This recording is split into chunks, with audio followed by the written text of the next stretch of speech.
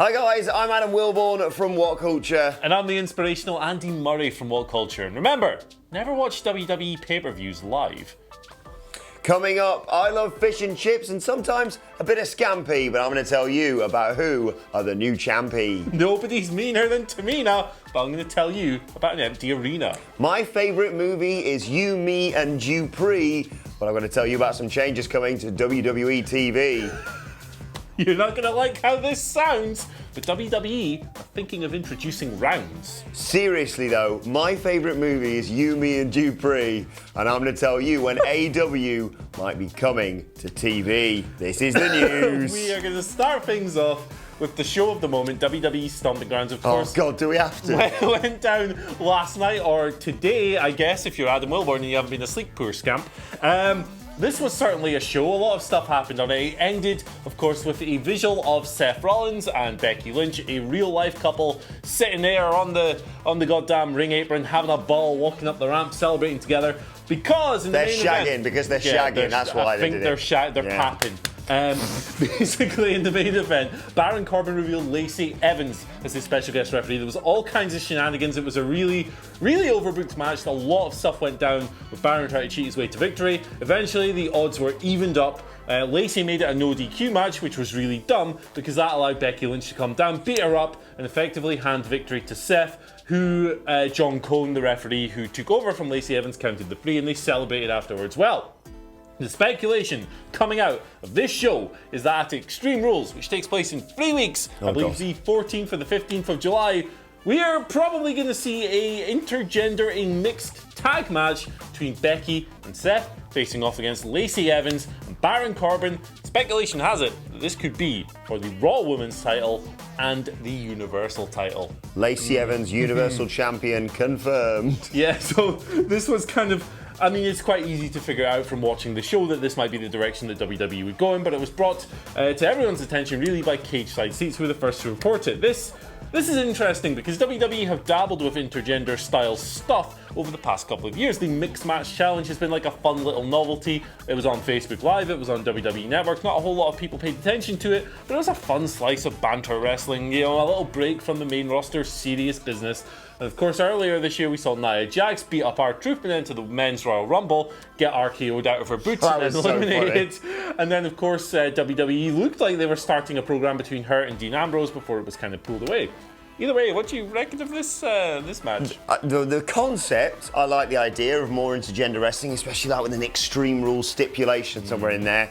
This match, though, I could not care less about. I can't bottle how fast the balloon that Adam Nicholas and I had held together for this pay-per-view deflated as soon as he said sassy Southern Belle Lacey Evans, and we went, what? Yeah, it was just kind of weird, like sitting there watching it this morning. I was like, who's it going to be? Is it going to be Brock? Is it going to be a McMahon? It's Lacey Evans. We'd pitched Brock, we'd pitched Trips, I'd pitched Vince and Steph, bloody Linda, who cares? Anyone except Lacey sodding Evans. And I guess the most damning... I'm surprised you didn't botch the 3 count, to be honest. Cheeky little scab. The most damning thing about all of it is that as soon as Lacey Evans came down, you knew Becky Lynch was going to show up, because that's her current rivalry, and obviously she's in a real-life relationship with Seth, which is now canon on WWE television. It was really weird, really kind of deflating. The match, you know, we're not going to see bloody Lacey Evans eat a curb stomp, obviously, but you might see, I don't know, Becky Lynch punch Baron Corbin in the face. That might be fun. You know, he's really good at being a git, and that might be quite rewarding. Yeah, it was great when Ronda Rousey beat up Triple H at Mania. That was amazing. So yeah. I think give the concept a chance.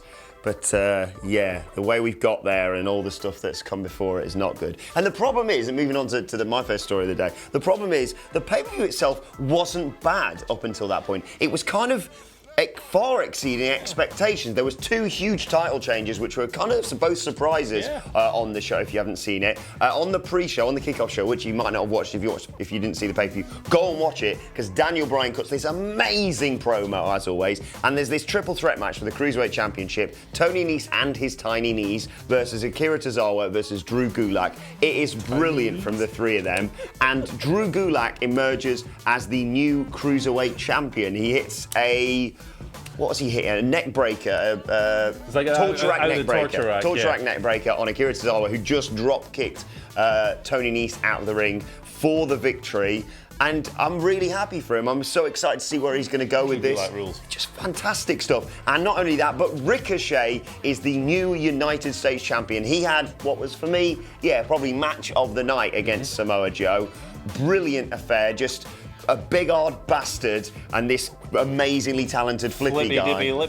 Just fantastic stuff. And we all thought, oh, well, Joe's just going to put the knees up or catch him, literally just as he lands, catch him into a coquina clutch. But no, what actually happened was Ricochet escaped the coquina clutch and then managed to hit his 620, is it? 630, baby. 630, I always get it wrong. It's been a long night. 630 splash onto Joe for the 1, 2, 3. And even more exciting, well, not even more exciting than that, because I'd happily see that match again.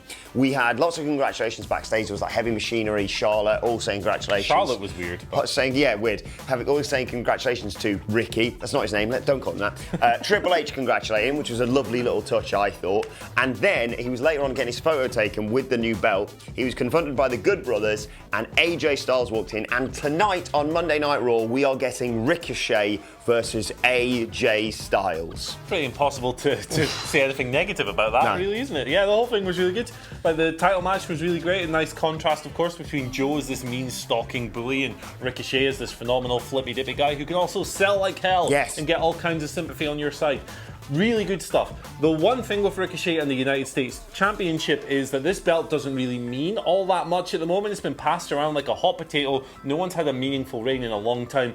Really does need a long reign in which this guy just goes out there and does great things, and he'll have every opportunity to start off in the best possible boot when he wrestles, the best wrestler in the company that's not named Daniel Bryan. Yes, and I'll allow Samoa Joe to lose again if they can quickly elevate him into a title match, because you want to see him in like the upper titles now. I think he's ready. Absolutely. He's been ready for ages. I don't know if I said that, but you know what I mean. He can win a couple of Raw matches and he can go and face Seth Rollins once he's done fannying around with Big Banter Baron. Good. Anyway, to keep on Stomping Grounds, and I don't think this one really needs a lot of analysis. No one was there.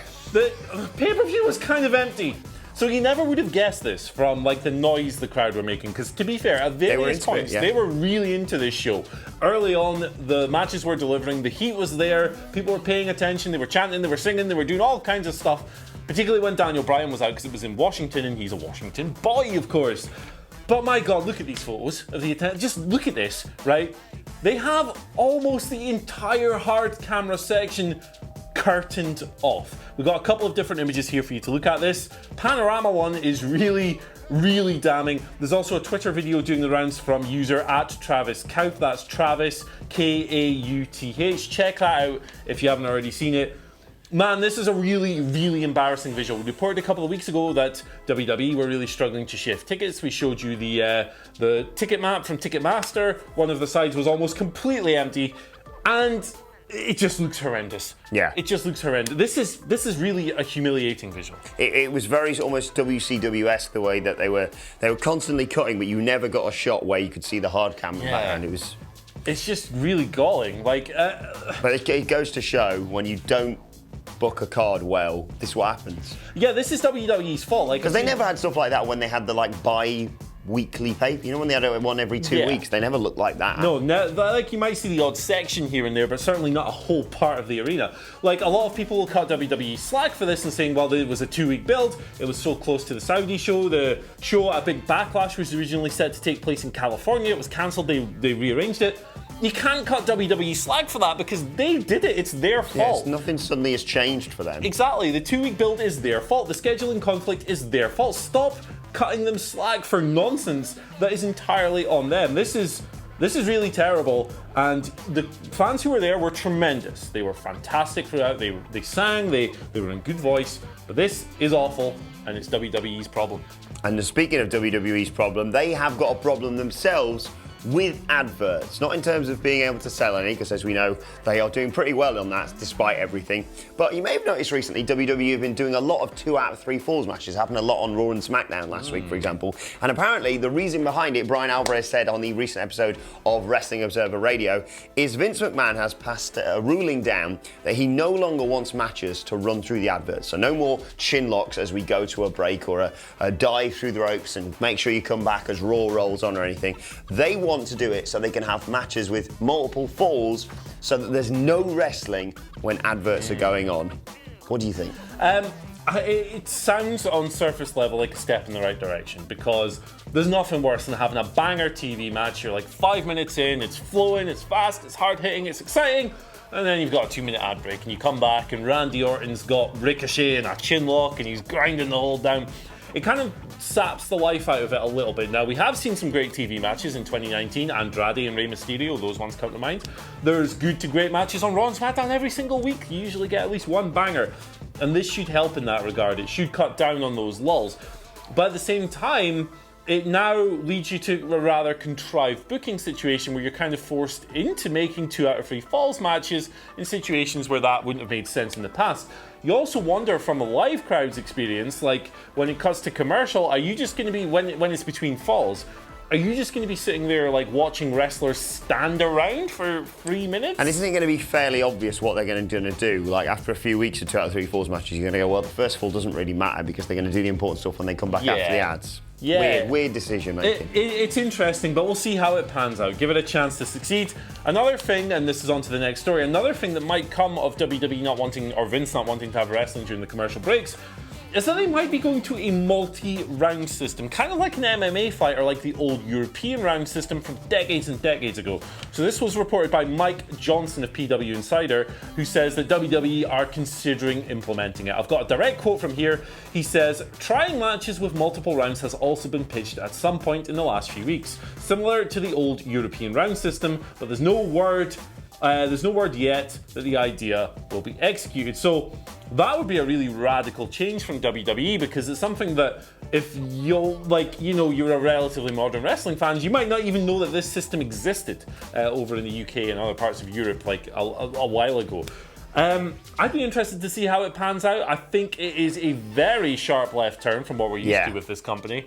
How do you think that might? My only concern is, well, I think it's an interesting idea to explore. My only concern is WWE keep doing these little tweaks, and all I think they do is you're never going to win over any new fans by doing this. I think all you're in danger of doing is scaring off current fans because they go, I don't like this. This isn't what I'm used to. Off. Yeah. You know, I think this is the least of their worries. But I am intrigued to see if they do try something like that, because it's something unique and different and enjoyable. Like it might be cool to see. If it gets over, it gets over. Maybe you do it for a couple of weeks, it doesn't work, you cancel it. There's no massive risk involved. It might be cool to see them give it a go. Right, let's move on to today's final news story. And you may have heard them being mentioned throughout the main event last night. All Elite Wrestling, AEW, more developments with them thanks to PW Insider, who are reporting that, remember a while back we said that Cody and all his gang have trademarked Tuesday Night Dynamite, which led everyone, including ourselves, to understandably assume that means that when AEW comes to TV, it's going to be on Tuesday nights. Now, that may no longer be the case. It was reported this over the weekend by PW Insider that they are now filing for Wednesday Night Dynamite. So it looks like more and more likely that their show is going to be on Wednesday nights rather than Tuesdays, which would make sense. If they come to TV before October, that means they wouldn't be going head-to-head with SmackDown. It also fits in with TNT's current NBA schedule. So just to clarify, if this is the case, in October you'll have Monday Night Raw, Wednesday Night Dynamite and Friday Night SmackDown. Do you think that's the best decision? I kind of like that from just a viewer's perspective, because you have big night on Monday, night off. Big night on Wednesday, night off. Big night on Friday, weekend off. Sounds perfect to me. It had to really be Tuesday or Wednesday to keep it spaced out and to avoid clashes with WWE and so forth. Tuesday would have been cool. At the start of the week, I think a lot of people are used to having 2 nights of wrestling in a row. And people who were watching SmackDown might come along and go, oh well, there's new wrestling in my slot, I'll just watch that. But no, Wednesday works as well. It's a catchy name. Night Dynamite sounds good. Yeah, can't wait for it. Exactly. I think. As I said, it would make sense in theory because everyone watches wrestling on Tuesday nights as is, but less so from going head-to-head on SmackDown, because that's only going to happen for a very, very brief period, but more so makes sense the NBA schedule. They don't want to be moving that around when they're trying to establish themselves as a show. So, yeah. Wednesday Night Dynamite it is. Sounds good to me. Yeah. Sounds good to me. Right, let's move on to your Twitter questions. Don't forget you can tweet them to us at WhatCulture WWE. Gustavo Centurion, great name, starts us off today. Talking about Stomping Grounds, saying Ricochet Joe probably match of the night with no elaborate backstory for him. Yeah. Simple #1 contender versus champ, and it worked. Could WWE win back some fans by dialing back the storylines, just focusing on competition? That I agree. Yes, I do think they could. But that's kind of damning when you think about it, because it's basically like, well, when creative aren't getting involved in stuff is good. That's basically what we're saying here. You know, they had the #1 contenders match and pretty much nothing else. And the match was really good and it felt really satisfying because they didn't have a chance to tell one of their weird soap opera stories around the thing. Yeah, no, I agree. Like, I do think that they could stand to benefit from focusing on things like this and making it more competitive and more like a sport. That's something that AEW are going to lock into.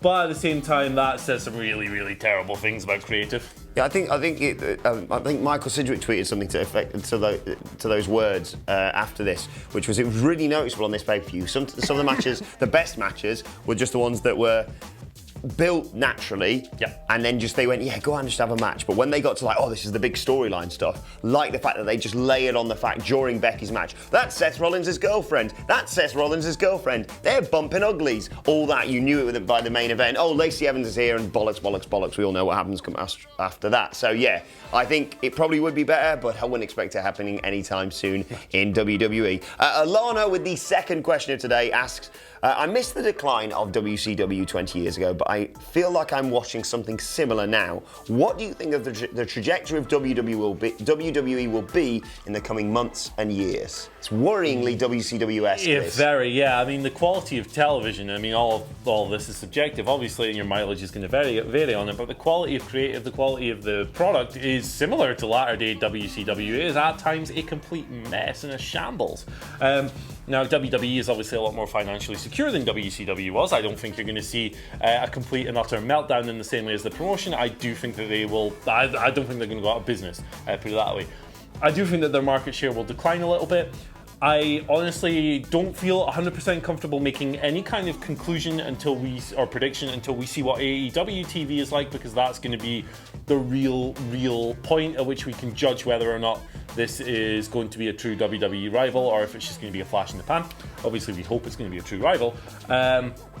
But yeah, I don't see what Ace Vince has up his sleeve to write the current course for. Attendance is down. The last balance sheet was a disaster. Yes, I know that will improve with the Saudi money and the new TV deal money. Creative is all over the place. They're trying these new things. None of them stick. I don't think he has it in him to change it. But at the same time, they are on this mountain of money. I think they'll be okay. But what they should do is just use this mountain of money to make a good product again, not rest on their laurels and be like, oh, we can make any old crap because we've got the money coming in anyway. But who knows? Let's see what happens going forward. Final question of today comes from Sean Acklin, who asks, what is your most hopeful final in this year's G1 climax? The Dudley boys have got me into this recently. Never really watched a G1 climax before. I mean, for me, this is actually quite a lazy one, but they've had 3 of my favourite matches in the world this year is Naito versus Ibushi. Yeah. I think that the 2 likeliest winners, one of them is probably going to wrestle for the IWGP Heavyweight Championship at the Tokyo Dome. I think Naito for me is the story, just based on what you've gone with the previous Wrestle Kingdom the other year when him and Okada wrestled and he went back to his old Stardust Genius persona and lost when it felt like he was being set up for the victory. I think that that's the final. I think that that would keep it relatively unpredictable because they're the 2 favourites. I also think it would be one hell of a match, although I would worry for the safety of their heads, necks and spinal columns. I'm going to go for the prediction that I made in the podcast the other day where we predicted and sort of fantasy booked the whole G1 climax. If you want to go and check that out, as well as our full review of Stomping Grounds, just search for WhatCulture Wrestling on either iTunes or Spotify. I'm going for my final. It's completely out there. It's completely random, and I'm fairly clueless with this sort of thing, so just bear with me. Will Ospreay versus Jon Moxley in the final. Jon Moxley wins, but, and I don't think, they told me this has never happened, then subsequently loses the briefcase to Naito, who beats Okada finally. That could be a really good story. But that's just my mad WWE booking, so I don't know if that's got any chance of happening whatsoever. It's a work. Right, let's move on to today's. Don't talk about that anymore. Vince Russo just ruined that for everyone. Yes. Let's move on to today's and finally. And what can we find? We normally search and scour the internet for some random funny photos of crap wrestling toys or whatever that people have sent us. It was really easy. I knew exactly what we were going to do the moment that he said sassy Southern Belle Lacey Evans. Seth Rollins tweeted best pro wrestling on the planet, period, the day before Stomping Grounds, and we all saw how that turned out. And then he doubled down on the night, presumably even when he knew what the finish to his main event was, tweeting after that Cruiserweight Championship match, which to be fair was great. Doubling down, best pro wrestling on the planet. See that Cruiserweight triple threat? And that's just one night, one match amongst the many. Find anyone else alive who does what I do as well as I do as often I do it. You can't. This has all... Siri, show me tweets that have aged really badly. Yeah, this is already sour milk, isn't it? Oh, Mr. Rollins. As a man who gets constantly told how many times I've doubled down on something's completely wrong and backwards, and everyone's like, you... I mean, don't commit it to Twitter, mate. Yeah, that's been screenshotted a million times. This is coming back to haunt you over the next 6 months, years, whatever. Exactly. People are going to be digging this thing up for years and years and years. How does he tweet that? Knowing what's going to happen the previous night, knowing that he has to go in there and wrestle Baron Corbin in a match with 700 different shortcuts. How? Is he trolling? Is this a work? I don't know. Is he just... I don't know what the bloody hell he's I'll tell you what. It's either a work and he's a genius, or it's sincere and Seth Rollins is a moron. Let's just hope bad Twitter isn't sexually transmitted, eh? Because they're shagging, aren't they? They're shagging. We get it, Vince. They're shagging, all right?